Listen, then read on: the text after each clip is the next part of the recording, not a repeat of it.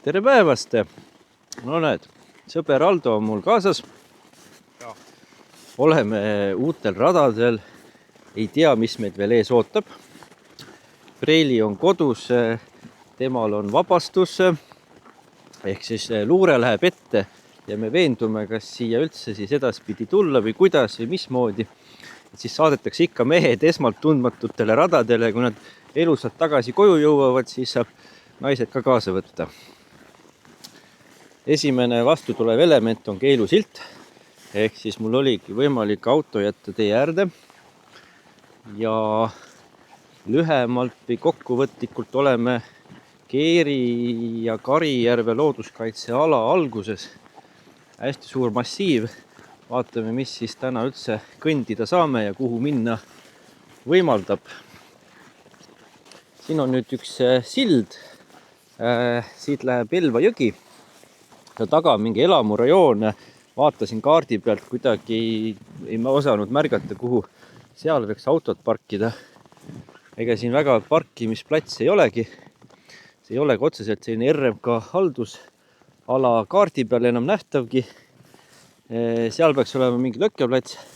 Ehk siis näeme, jätsin kaameral ühe vidina koju, millega oleks selle endli kepi külge pannud, nii et hoian kaamerat käes. Aga pole hullu. Vot sild on täitsa korralik. Vaatame, mis see silt seal, teisel pool üks silt ka. Ongi Keeri Karijärve looduskaitseala. Ja ega seal on jah see küla, vot sinna praegu ei hakkagi minema, kui keegi oskab öelda, kas siin, kes juba tunneb ära selle koha ja kõik teab väga hästi, et äkki oskate soovitada, kuhu saab autot jätta veel seal külas. Issand jumal, ma panen siia ekraani peale küla nimega.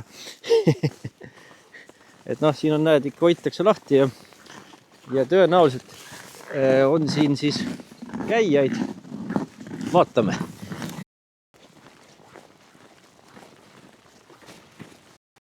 Nüüd oleme, ma ei tea, paarsada meetrit kõndinud ja siin on siis Meeri puhkekoht. Google Mapsi peal on veel näha. Ma uurin kohe välja, kuna see siia loodud on, eks ta ammustest aegadest siin näha juba katusviltu ja nii edasi laavud. Ega seda siin vist ei uuendata, aga ju täitsa töökõlblik veel selles määras. Et isegi need puud on olemas ja vot, kõik on tipp-topp. Lõkkease, istumisase 2 lõkkeaset siin. Laavu nagu piisatorn, aga töötab, näed, kikk, jah, siin on kikist raha saadud. Okei. No vot. Ja siis siin on Elva jõgi kõrval. Saab siit kala püüda ja huvi pärast, jah, tulin ka luurele. Tea, kas tipitelgiga ka siia niimoodi tulla. Jätad auto siin ettepoole, märgist edasi sõita ei saa. Ja siia samma saan ju kelguga juba edasi tulla ja saan ju tegelikult täitsa siin ka olla. Aga meie lähme täna veel edasi, vaatame, kuhu siit üldse edasi annab minna. Tagapool tuleb järv vastu aga eks me näe. Siin on natuke kaarti ka. Kaarti peal oleme vot siin praegu. Ja arvan, me lähme siit üles niimoodi. Päris Keeri järveni ei lähe, võib-olla lähme kuskilt keerame ära ja siis tuleme kuidagi ringiga tagasi. Et äkki saab sellist asja. Panen sellest tekstist siis siia ekraanile ka pildid, saate lugeda lähemalt, miks see siia üldse rajati ja aastat ka võib-olla näeb keegi, aga pole üldse tähtis, mis aasta siia loodi. Peaasi, et on olemas veel. Muidugi tualett on ka. Siin mina ei ole väga neid tualette seestpoolt näidanud, aga teeme ka siis väikse erandi. Mis ma ikka neist näitan. Aga selline ta on. Ei ole siin midagi hullu. Muideks ämblikuvõrk oli vanasti väga oluline asi. Et kes nüüd teab elu, kuidas Eesti 20. sajandi alguses taludes elu käis, siis ämblikuvõrgud jäeti ühtimata. Ja miks just? Sellepärast, et neid oli hea haava peale panna. Neil oli hea verd imav mõju ja väike marlepadjakese sidemeke seest. Et selles mõttes meditsiinialane eesmärk. Võt nii. Aga meie läheme nüüd edasi. Vaatame, kuhu me üldse siit välja jõuame. Nii et aega meil veel on.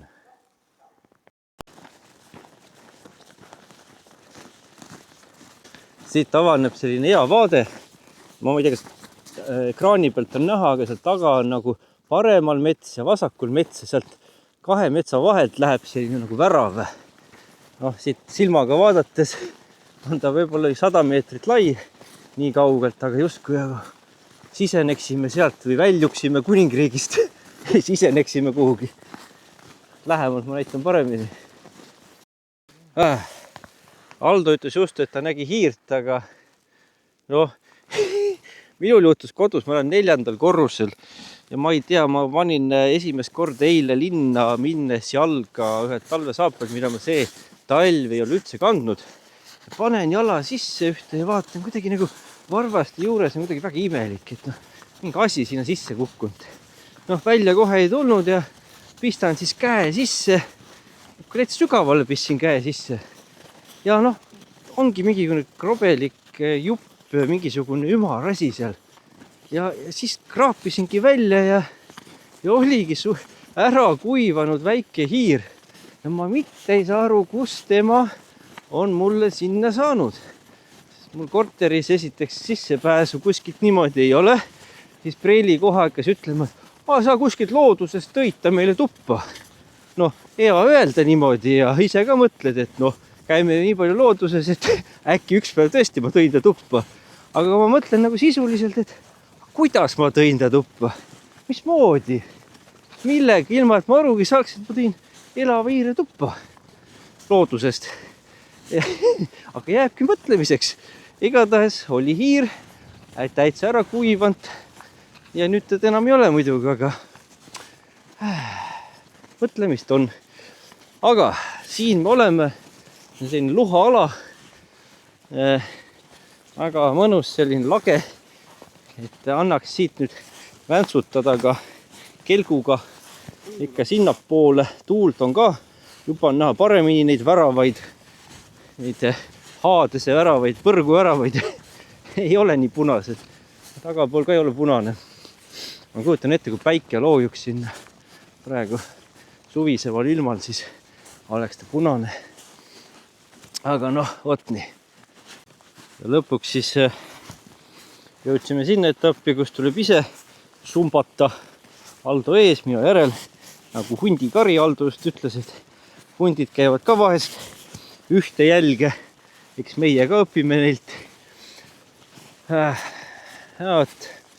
Sumpame siis. Ei ole midagi. Tuleb sumbata. Mina olen see, kes sõi eile ära 4 sõõrikut. Olen täitsa süüdi, võtan enda omaks. Anti tasuta. Sellepärast sõin. Aga mis sa teed? Jah, keegi küsib, aga preilile ka viisid või? Ei viinud. Ma ei olnud eile kodus ja mulle anti need Jõgevamaal. Ja rohkemast ma ei räägi.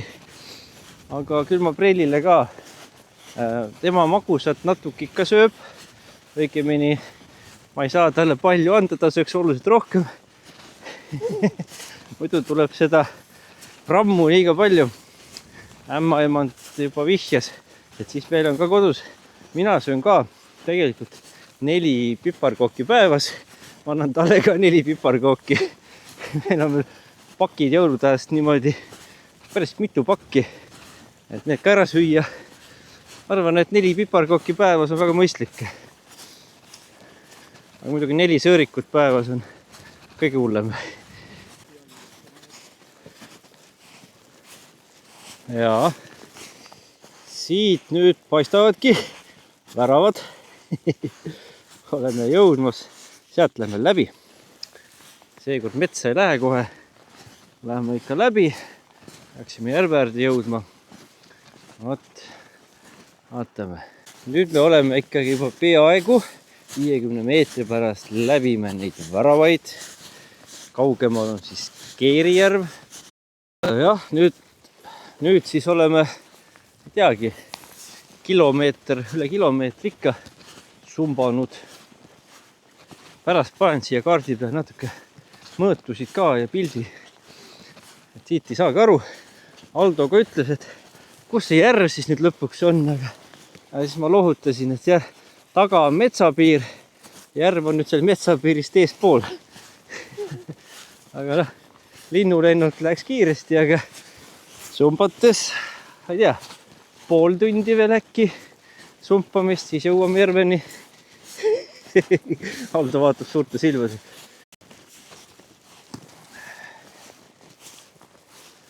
Nii, pidasime veidi nõu ja läheme siit nüüd otse niimoodi, et me näeme seda Keerijärve paremalt ja vasakult täisulatuses. Siis on meil siin umbes 300 meetrit sellist pool saart, et sinna järveni jõuda. Enne Luhala. Ma ei tea, äkki siin lehmad ja veised ka kevadel, suvel einestavad võib-olla. Näed, siin on juba kõrkelised. Vot, mõnus. Selline hea sumpamine. Jah, infoks, et nüüd kui keegi märkas, et mis mõttes viimane video, kalapüügi video, et ei saagi kuidagi avada, siis ei, seal ei ole midagi muud kui, nagu ma siin vanasti mainisin, et alati on meid võimalik natuke toetada. Noh, näiteks 3 eurot kuus või 5 eurot kuus, kuidas paremini sobib. Ja lihtsalt me tänutäheks nendele, kes natukene rohkem meid siis on valmis rahaliselt toetama. Teeme videosid ka rohkem. Et kes nüüd on selline kirglikum YouTube'i vaataja ja panustada soovib, siis kõik abi teretulnud. Et seal viimases videos ka rääkisin natuke meie uutest plaanidest ja eks kui meil see 3. pereliige ka juba ilmavalgust näinud, ega siis me juba valmistumegi 3 telkimishooajaks. Kogume, koondame kõike vajalikku. Nii et eks seda kõike ka näete. Eks sinna see kõik see abiraha läheb. Et ega seal muud midagi. Et teemegi edaspidi lihtsalt sinna videosid ja teeme siis ka neid avalikke videosid. Et noh, kes tahab kõik ära vaadata, siis sellise väikse lisatasu eest saab ja tänu anname vastu. Ja muidugi alati, kes on meie toetajaliikmed, alati siis proovime ka nende mõtteid, soove ka rohkem arvesse võtta, kui midagi uut planeerime mõnda projekti või tegemist, et siis kõik head soovitused ja plaanid siis proovime ikkagi esmalt järgi, kui jõuame nendeni. Vot nii, vot selline väike vaheloba siia sompamisse, et meie siin, mina olen oma sõõrikutega juba enam-vähem tasakaalus, et 2 sõõrikut järveni ja 2 sõõrikut pärast ringiga autoni tagasi ära põletada ongi okei. Ja vaat siin ongi selline tühermaa praegu. Ega järveni ka pole enam palju. Mina olen ka veel elus. Oled elus? Jaa. Vot jah, kes ei tea veel, Aldol on ka oma äge kanal, käis hiljuti just, tema on veel ekstreemsem telkija. Tema magas siin -15 või mis sul seal oli, RMK laagri, Lõkkeplatsi lõunalaagri. Magasid madratsi peal ja tarpi all. Lõunalaagris, jah, tarpi all oli 4 kraadi soojem kui õues. Õues oli -15 hommikuks. Tarpi all oli 11. Sul oli see foolium aluskihiga tarp, on ju, et see... Jaa, Bushmani termotarp on. Vot, Bushmani termotarp. Abiks ikka paar kraadi soojemaks. Nii et vaadake, ma panen siia video kirjelduse alla ka. Selle video lingi saate vaadata. Nii, nüüd me oleme juba siin džunglis. Aldo sai hundinuia. Selle hundinuiaga on selline lugu, et see pidi hästi kergesti süttima, et kui sul on looduses tarvis kriitiliselt mingit süütamisvahendit, siis ta on kuiv, kõrge ja sihuke pudi lihtne süttida. jah, tulepulgaga mul tulepulka ei olegi kaasas. Ja on ta hästi ilus, ma olen seda näinud. Ta läheb kõhevaks ja valgeks, ta on selline nagu hästi kihvt. Näitame ka natuke, läheb. Kui juba lammutad. Paneks kuskile, ma panen ta maha igaks juhuks. No, ühesõnaga jah. Et mitte oma käe peal seda süüdata. Kas... No vaata, kas läheb. Kuule, päris hästi võtab, aga ta ei... No ütleme, et taha jääda hästi põlema. See tuleb natukene teda kuivatada ja õhulisemaks teha. Et siis ta läheb paremini, peaks harjutama, on ju. Siis saab mingit materjali. Minu arust kõige olulisem on see, et oleks ka mingit muud materjali kõrval, ega see muidu ju see põleb nii kiiresti ära. Tulepulgaga võtab tuld ja siis loetud sekundid nagu õhukene vatt põleb ära, et see peab kohe midagi kõrvalt peal olema panna, kas proovime hästi kuiva purustada, vaata ega see ka, siin kuiv ei ole, ta on suht nätske, see kõrrelise ein, et siis pead vaatama siit midagi paremini, ega siin ka alus peab ka olema, ega lume peal ei saagi teha, mis ma siin ikka paneme, näed, ta natuke ikka ju põleb. Ta päris jääda ei taha, kõige parem on jätta tuntinui endale põue. Kui ma oleks arvanud. Peab põue panema vist, et põues paar tunnikest temaga niimoodi järelkuivatamist tegema, et siis ta ikka seda mikroniiskus sees. Või jah, mis ma siin ikka targutan, ega ma mingi... Nüüd oleme jälle targed tunduma. Jah, natuke on midagi, ega ei ole ise ka väga katsetanud, siin teised rohkem teinud. Kodutee on õnneks sirgjooneliselt tagasi tund aega kõndimist. Peab seda ka jälgima, kui taht otse minna, aga see suur järv tegelikult juba varsti ongi. Praegu on korralik jää peal siin. Elva jõgi voolab ka Keerijärve sisse. Siin ongi juba tegelikult me praegu oleme jää peal. Siin on mingisugused loomajäljed, kalameeste jälgi siit veel niimoodi ei näe. Nüüd me ületame ühte väikest soppi, mis on enne Keerijärve. Siin on juba oleme jää peal. Läheme siit üle ja jõuame veel järveni ka, päris pikk tee tegelikult kokkuvõttes. Ma mõtlesin alguses, et täna teeme siin mingi 3-4 tunni kohe pikema ringi ära, aga ma arvan, et me läheme siit mingit moodi pärast tagasi samad teed. Võib-olla jõuame veel ühe ein ära teha, mul on kaasas ka täna ikkagi seljakott seljas. Aga eks siis näha ole.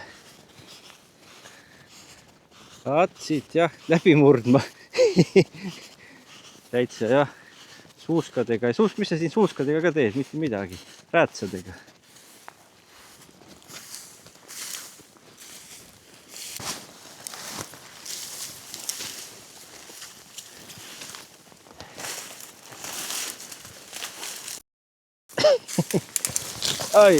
Ai tea. Kas see on just see kõige parem tee järveni, aga jah. Natukene vaatame, aga järv peaks kohe tulema ka.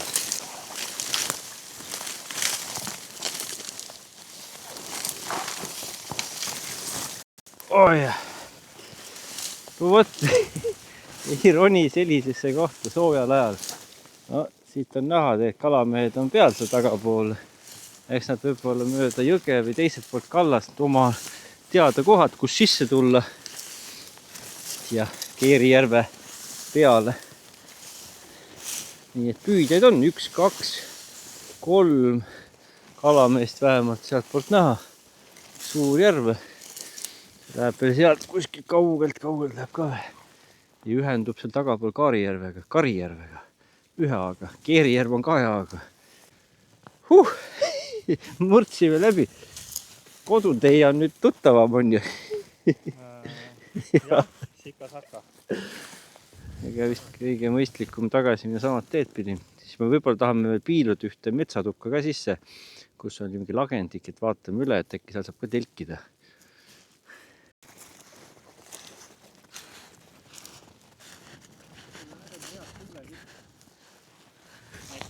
kord tuul tuleb.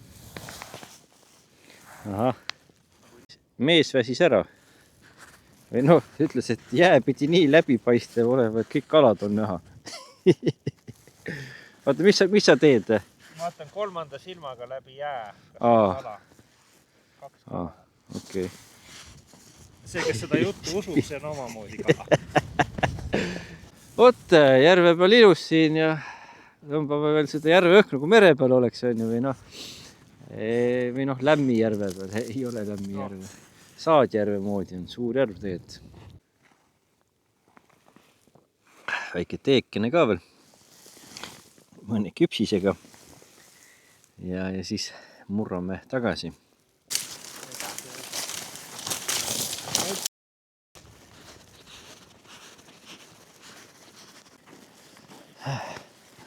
No näete, päike ka lõpuks tervitab meid finišeerujad. Ei, me tegelikult veel ei finišeeru.